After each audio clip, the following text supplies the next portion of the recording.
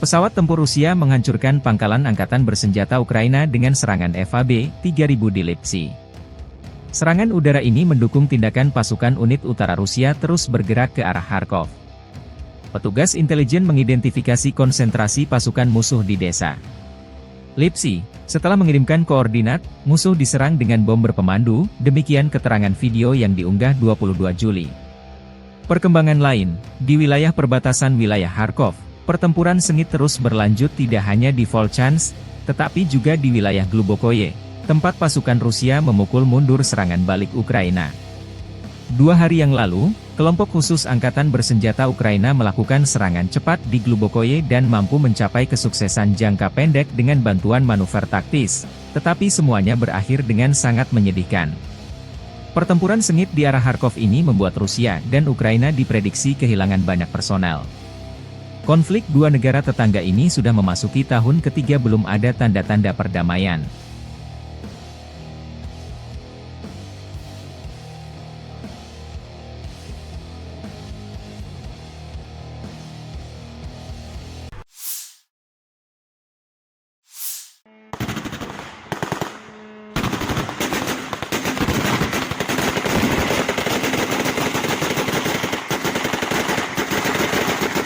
Pertahanan udara Ukraina mengklaim menembak jatuh 35 dari 39 pesawat nirawak serang jenis Shahed Rusia pada 21 Juli malam. Demikian dilaporkan Angkatan Udara Ukraina di media resminya. Selain pesawat nirawak, pasukan Rusia meluncurkan 3 rudal balistik Iskander M dan 2 rudal jelajah KH-59-69. Angkatan Udara Ukraina mengatakan bahwa rudal KH-59-69 tidak mencapai targetnya karena tindakan balasan Ukraina. Militer tidak menyebutkan lokasi jatuhnya rudal Iskander M dan tingkat kerusakan yang diakibatkannya. Secara keseluruhan, pertahanan udara beroperasi di 10 wilayah Ukraina pada malam hari. Tidak ada korban yang dilaporkan akibat serangan tersebut hingga saat publikasi. Pasukan Rusia secara rutin menyerang wilayah sipil di seluruh Ukraina menggunakan drone pesawat nirawak dan rudal, yang seringkali menargetkan bangunan tempat tinggal dan infrastruktur sipil lainnya. Serangan Rusia terhadap jaringan energi Ukraina telah meningkat dalam beberapa bulan terakhir, yang mengakibatkan kerusakan parah atau kerusakan parah pada beberapa fasilitas energi dan memaksa Ukraina untuk memberlakukan pemadaman listrik bergilir yang lama. Pada malam tanggal 21 Juli, pasukan Rusia meluncurkan rudal dan pesawat nirawak dari 3 lokasi, termasuk Oblast Kursk Rusia, Primorsko-Akhtarsk, sebuah kota di Krai Krasnodar di pantai Laut Azov, dan Crimea. Semua pesawat nirawak yang menargetkan Kiev dihancurkan oleh pertahanan udara di luar kota, menurut administrasi militer kota Kiev. Selama 2 minggu terakhir, ini setidaknya merupakan upaya nyata kelima oleh musuh untuk menyerang ibu kota dengan pesawat nirawak, tulis Serhiy Popko, kepala administrasi militer kota, di media sosial. Setidaknya 1 rudal menghantam beberapa infrastruktur penting di Oblast Sumy pagi ini, kata administrasi militer Oblast Sumy. Layanan penyelamatan bekerja di lokasi tersebut pada pukul 7.30 pagi. Tidak ada informasi tentang korban yang dilaporkan. 2 pesawat nirawak juga ditembak jatuh di atas Oblast Sumy, yang berbatasan dengan Oblast Kursk Rusia. Menurut laporan otoritas setempat, drone juga dijatuhkan di wilayah Poltava, Dnipropetrovsk, dan Mykolaiv.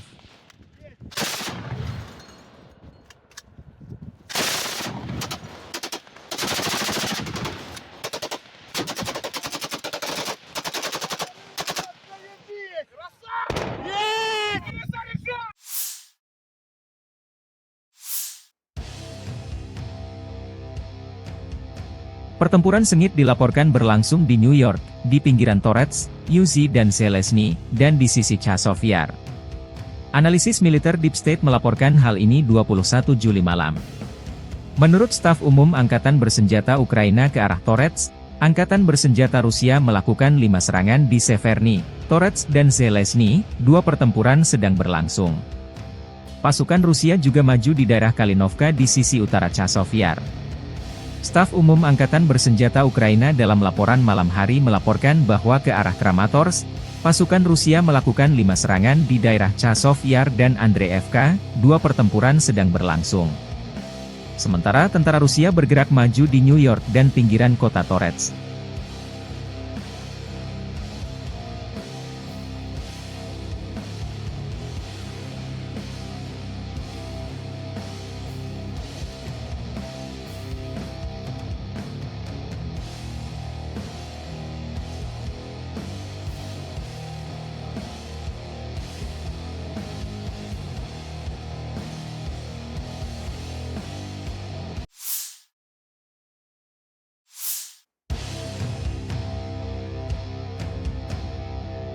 Staf Umum Angkatan Bersenjata Ukraina melansir 22 Juli, militer Rusia total kehilangan 567.760 tentara di Ukraina sejak dimulainya invasi skala penuh pada 24 Februari 2022. Jumlah ini termasuk 1.050 korban yang diderita pasukan Rusia hanya dalam sehari terakhir. Menurut laporan tersebut, pasukan Vladimir Putin juga total kehilangan 8.284 tank, 15.980 kendaraan tempur lapis baja, 21.138 kendaraan dan tangki bahan bakar, 15.637 sistem artileri, 1.123 sistem roket peluncur ganda, 900 sistem pertahanan udara, 362 pesawat terbang, 326 helikopter, 12.475 pesawat nirawak, 28 kapal dan perahu, dan 1 kapal selam.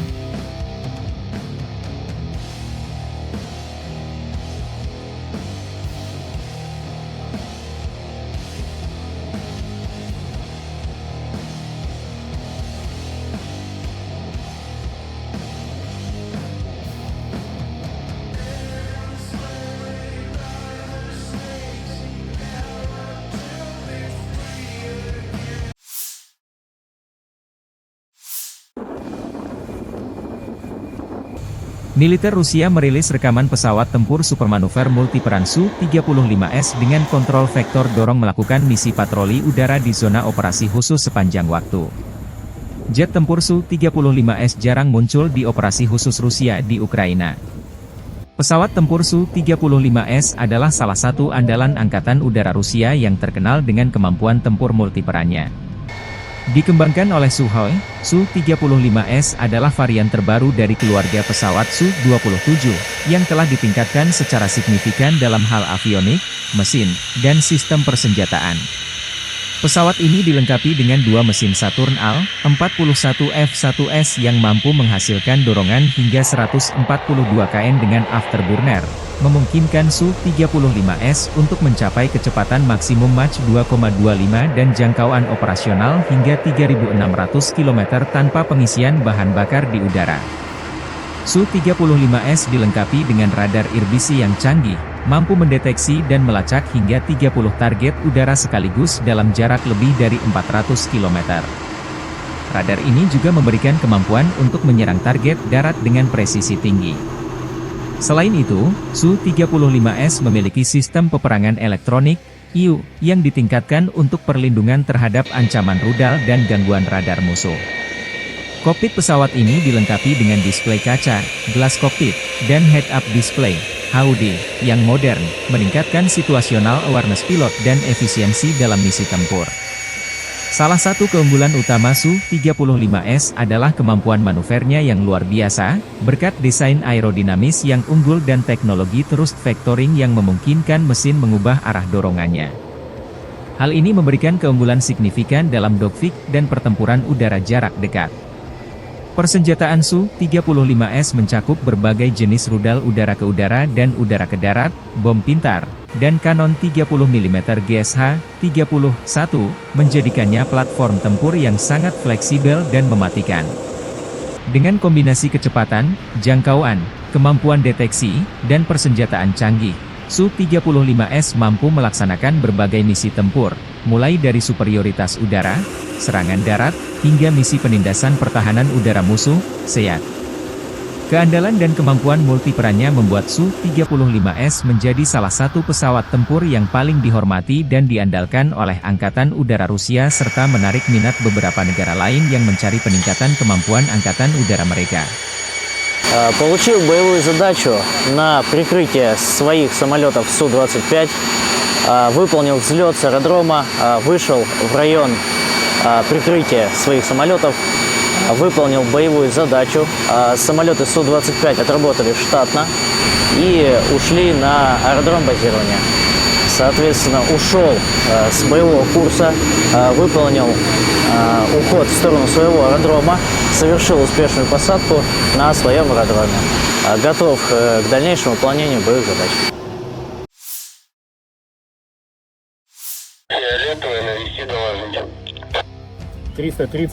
Militer Rusia merilis rekaman awak meriam D-30-122 mm menggempur pertahanan Ukraina di arah Kherson. Video dipublikasikan beberapa waktu lalu. Personil baterai howitzer D-30 dari kelompok pasukan Dnepr menembaki posisi tembak tersamar yang teridentifikasi dari Angkatan Bersenjata Ukraina. Selain itu, pengintaian mengkonfirmasi kehancuran pos pengamatan musuh yang didirikan di sebuah rumah kosong.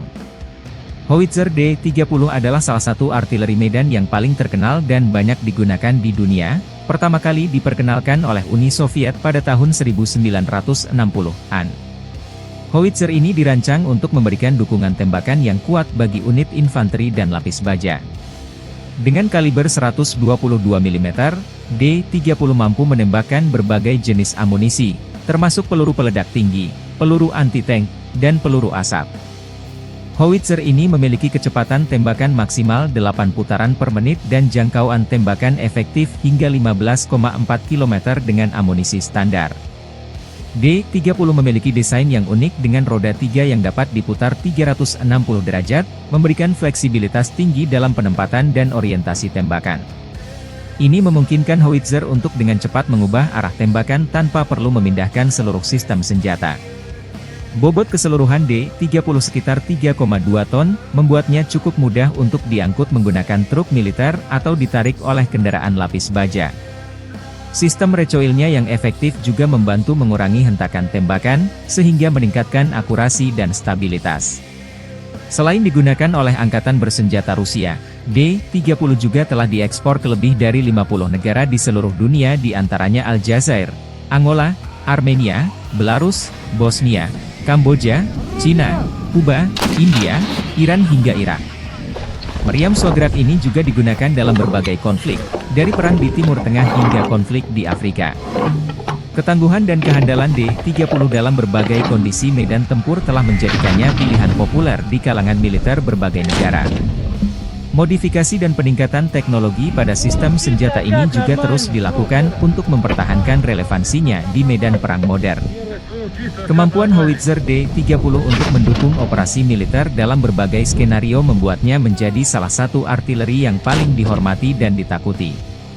Selain keunggulan teknisnya, kesederhanaan dalam perawatan dan operasionalnya menjadikan D-30 sebagai senjata yang efisien dan efektif di medan tempur. Dengan kombinasi daya tembak, mobilitas, dan fleksibilitas, D-30 terus menjadi tulang punggung artileri medan di banyak negara hingga saat ini.